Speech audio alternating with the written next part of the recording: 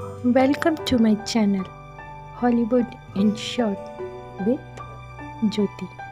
आज की कहानी है टेंगल, जादुई सुनहरे बालों वाली राजकुमारी की कहानी। और ये कहानी शुरू होती है कुछ इस तरह। एक समय की बात है जब सूरज की किरणों से एक छोटी सी बूंद स्वर्ग से धरती पर आ गिरती है, जिससे निकलता है एक जादुई सुनहरा फूल। इस फूल की खासियत यह होती है कि वह सभी बीमारियों को ठीक कर सकता था। इस फूल के बारे में सिर्फ एक बुढ़िया जानती थी, जो फूल के सामने गाना गाती थी और अपनी जवानी उससे वापस पा लेती थी। वो इसे किसी से बांटना नहीं चाहती थी और हमेशा फूल को छुपा कर रखती थी।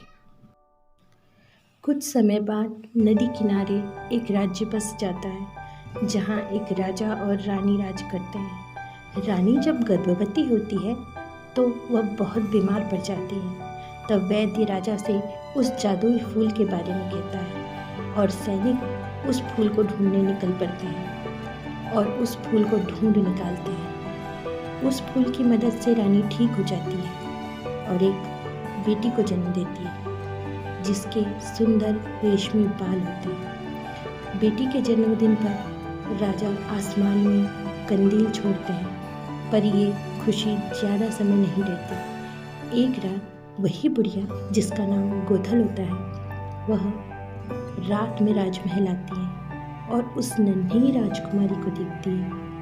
राजकुमारी के बाल जादुई फूल की तरह ही होते हैं।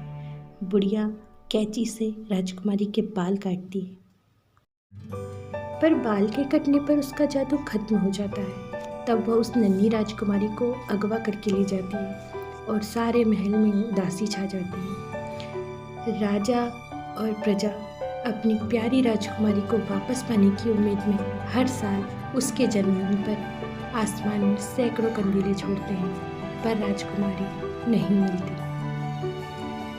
अब गोथल उस नन्ही सी राजकुमारी को जंगल में बने गुप्त मीनार में अपनी बेटी की तरह पालती है और उसका नाम रखती है रपुंज़ल। उस मीनार से रपुंज़ल कभी बाहर नहीं आती। उसे वहाँ से सिर्फ वो उड़ती हुई रोशनी, जिसके बारे में वो कुछ नहीं जानती थी, नजर आती है। हर साल उसके जन्मदिन पर वह उड़ती रोशनी दिखाई देती थी।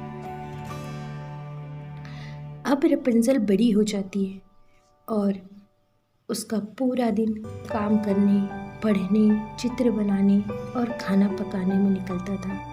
उसके बहुत ज़्यादा लंबे बाल थे। उसका एक दोस्त भी था, जो कि एक पालतू गिरगिट था, जिसका नाम उसने पास्कल रखा था।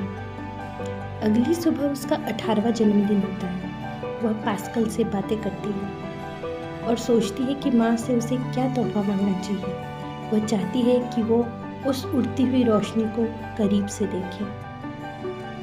तभी उसकी माँ आ जाती है और उसे आवाज़ देती है। रपुंज़ल अपने लंबे बालों को मीनार से नीचे लटका देती है और उसकी माँ बालों को पकड़कर ऊपर मीनार में आ जाती है। रपुंज़ल अपनी माँ से कहती है, माँ, इस जन्मदिन पर मुझे एक तोहफा चाहिए। मैं उन उड़ती हुई रोशनियों को करीब से देखना चाहती हूँ।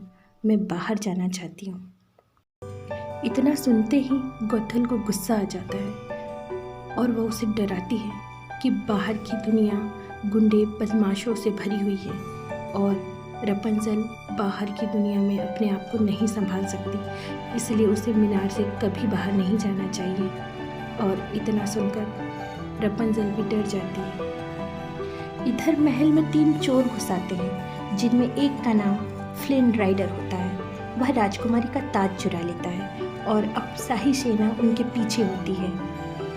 सैनिक उनका पीछा करते हैं और 2 चोरों को पकड़ लेते हैं, पर फ्लिन राइडर किसी तरह वहाँ से भाग जाता है। सेना में एक घोड़ा भी होता है, जिसका नाम मैक्सिमस होता है। वह एक शाही घोड़ा होता है और वह गजब का अक्लमंद होता है।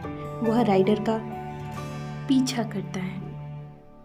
वह राइडर से ताज का थैला छीनने की कोशिश करता है, पर इस कोशिश में वे दोनों पहाड़ी से नीचे जंगल में अलग थलग गिर जाते हैं, जिसके बाद मैक्सिमस राइडर को ढूंढने लगता है।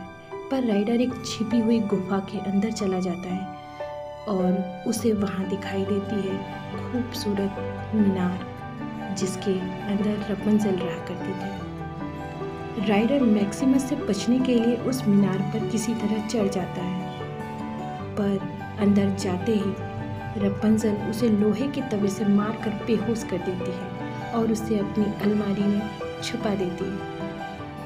फिर वो थैले में ताज देखती है, उसे पहनने की कोशिश करती है। थैले में फ्लिन राइडर का एक वांटेड पोस्टर भी होता है, जिस पर उसका नाम लिखा होता है। फिर वो थैले को छुपा देती है।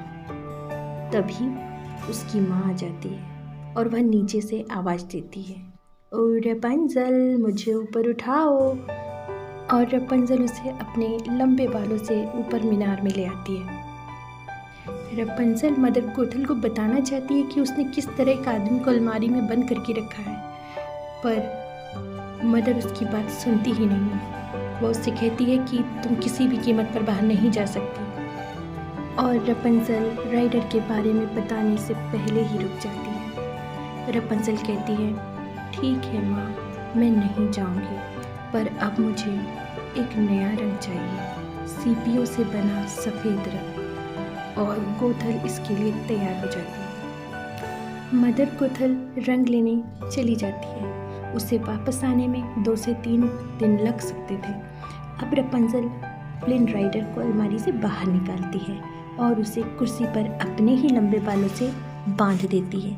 जब राइडर को होश आता है तो वो रपुंज़ल से बड़ी बहकी बहकी बातें करता है और उसे इम्प्रेस करने की कोशिश करता है, पर रपुंज़ल को उसकी कोई बात समझ नहीं आती।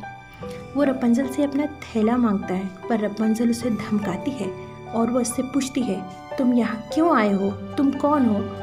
तब राइडर कहता है कि मैं यहाँ गलती से आ गया। रपुंज़ल उसे उड़ती हुई रोशनी की तस्वीर दिखाकर पूछती है कि क्या तुम उसे जानते हो?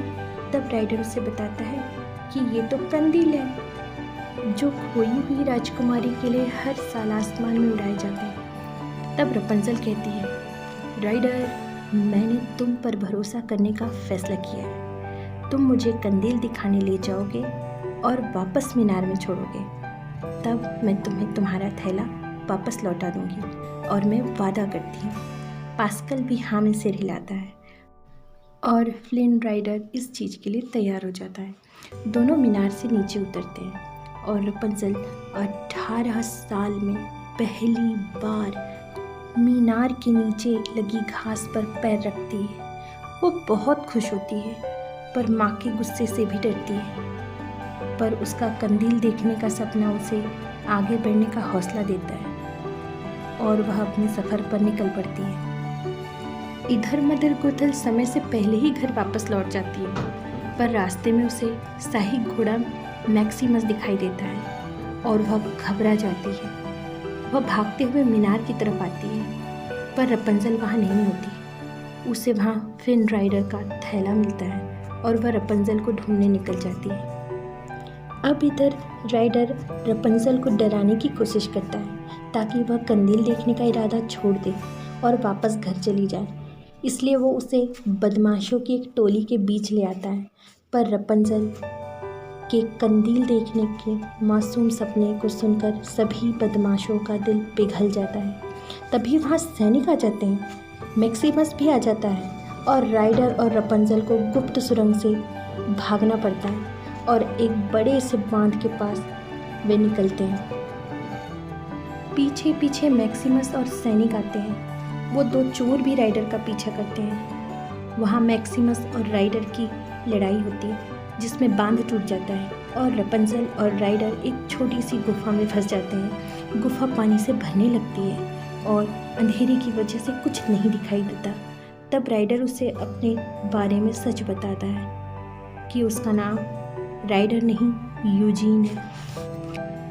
रपुंज़ल भी उसे अपने जादुई बालों के बारे में बताती है और तभी गुफा में रोशनी हो जाती है। फिर उन्हें रास्ता मिल जाता है और वे बच जाते हैं। रात में वे आग जलाते हैं और बातें करते हैं। रपुंज़ल अपने बालों से यूजीन के जख्म को भर देती है। पर जब यूजीन लकड़ी लेने चला जाता है तब रपुंज़ल की माँ वहाँ आ जाती है और उसे साथ चलने के लिए कहती है, पर रपुंज़ल उसे साफ मना कर देती है। उसकी माँ कहती है कि जब उसे धोखा मिलेगा तब वह ज़रूर उसके पास वापस आ जाएगी। इतना कहकर वह वापस चली जाती है और रास्ते में उन चोरों को अपने साथ मिला लेती है। अब सुबह मैक्सिमस उन दोनों को ढूंढ लेता है, पर रपुंज़ल उसे अपना सपना बताती है और कहती है, मेरे प्यारे मैक्सिमस, आज मेरा जन्मदिन है और आज वह यूजीन को ना पकड़े। जिस पर मैक्सिमस मान जाता है। अब तीनों राज्य में पहुंचते हैं और लंबे बालों की वजह से रपुंज़ल को वहाँ बड़ी परेशानी होने लगती है। तब यूजीन वहाँ छोटी बच्चियों से मदद लेता है जो रपुंज़ल की खूबसूरत सी चोटी बना देती है। अब यूजीन भी रपुंज़ल को पसंद करने लगता है। रपुंज़ल नाचती है, गाती है और बहुत मौज करती है। यूजीन उसे राज्य का शाही निशान भी खरीद कर देता है। वे दोनों ही डांस करते हैं। अब शाम को यूजीन उसे नाव में बिठाकर राज्य से थोड़ी दूर ले जाता है ताकि रपुंज़ल का खास दिन और भी खास हो जाए। दोनों इंतज़ार करते हैं। इधर राजा और रानी दुखी मन से कंदील को आसमान में छोड़ते हैं और उस कंदील को देखते ही राज्य में बाकी सभी अपनी अपनी कंदीलें आसमान में उड़ा देते हैं। पूरा आसमान रोशनी से भर जाता है और रपुंज़ल ये देखकर बहुत ज़्यादा खुश हो जाती है। वह खुशी से उछल पड़ती है। यूजीन 2 कंदीलें अपने साथ लाता है जो वो रपुंज़ल के साथ आसमान में छोड़ देता है। रपुंज़ल यूजीन को पसंद करने लगती है। वो उसका थैला भी लौटा देती है। तभी यूजीन को नदी किनारे वे 2 चोर दिखाई देते हैं और यूजीन उन्हें थैला वापस करने उनके पास चला जाता है। वे दोनों चोर यूजीन को नाव में बांध देते हैं और नाव को पानी में दूर भेज देते हैं। बहुत देर हो जाने पर रपुंज़ल किनारे आती है, पर वे चोर उसे बताते हैं कि यूजीन तो भाग गया और वे रपुंज़ल को भी पकड़ने की कोशिश करते हैं। पर तभी मदर गोथल वहाँ आ जाती है क्योंकि ये सारी योजना उसकी होती है। वो दोनों चोरों को मार देती है और रपुंज़ल के साथ वापस मीनार में आ जाती है। पर मीनार में आने के बाद जब वो उस शाही निशान को देखती है तो उसे पता चल जाता है कि वो खोई हुई राजकुमारी तो वो खुद है। फिर वो मदर गोथल से कहती है, मैं तुम्हें किस नाम से पुकारूं? तुमने मुझे अगवा किया, मेरा फ़ायदा उठाया और मुझे यहाँ से कभी बाहर नहीं जाने दिया। इस पर गोथल नाराज़ हो जाती है। उसे बहुत गुस्सा आता है और वह रपुंज़ल को रस्सी से बांध देती है। इधर यूजीन की नाव राज्य के पास आती है। यूजीन को होश आता है। उसे सैनिक पकड़ लेते हैं, पर यूजीन सिर्फ रपुंज़ल को ही पुकारते रहता है, जिस पर मैक्सिमस को शक होता है और वह भी इस बारे में सोचने लगता है। इधर यूजीन को फांसी देने ले जा रहे होते हैं। तब जेल में बंद वे 2 चोर उसे बताते हैं कि गोथल ने ही उन्हें रपुंज़ल के जादुई बालों के बारे में बताया था। तब यूजीन को रपुंज़ल की और भी ज़्यादा चिंता हो जाती है। तभी वह देखता है कि वही बदमाशों की टोली मैक्सिमस के साथ मिलकर उसे बचाने आते हैं। फिर यूजीन मैक्सिमस के ऊपर बैठकर तुरंत जंगल की तरफ उस मीनार के पास पहुंचता है। वो रपुंज़ल को आवाज़ देता है और फिर रपुंज़ल के बाल खिड़की से नीचे आते हैं, जिनको पकड़कर वह मीनार के अंदर चला जाता है।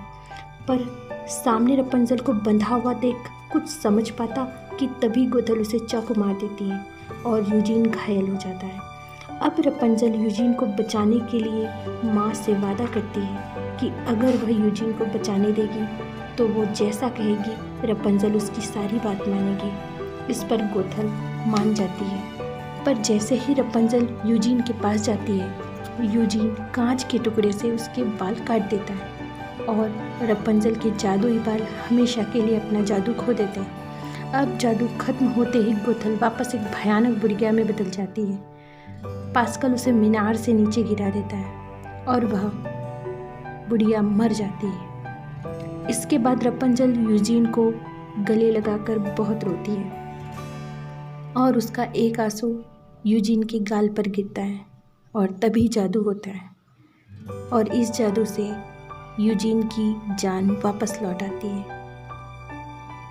अब एक सैनिक दौड़ा दौड़ा महाराज के पास आता है। उसे देख राजा समझ जाते हैं कि राजकुमारी मिल गई। अब वे रपंजल से मिलने आते हैं और उसे गले लगा लेते हैं। वे यूजीन को भी अपना लेते हैं। अब राजकुमारी रपंजल के आने से राज्य में कई हफ्तों तक जश्न मनाया जाता है और राजकुमारी रपंजल भी अपनी काबिलियत से बढ़कर राज्य पर राज करती है। बाद में यूजीन और रपंजल की शादी हो जाती है और इस कहानी की हैप्पी एंडिंग भी हो जाती है। अगर आपको मेरा यह वीडियो अच्छा लगे तो इसे लाइक करें, शेयर करें और मेरे चैनल को सब्सक्राइब करना ना भूलें। Thank you.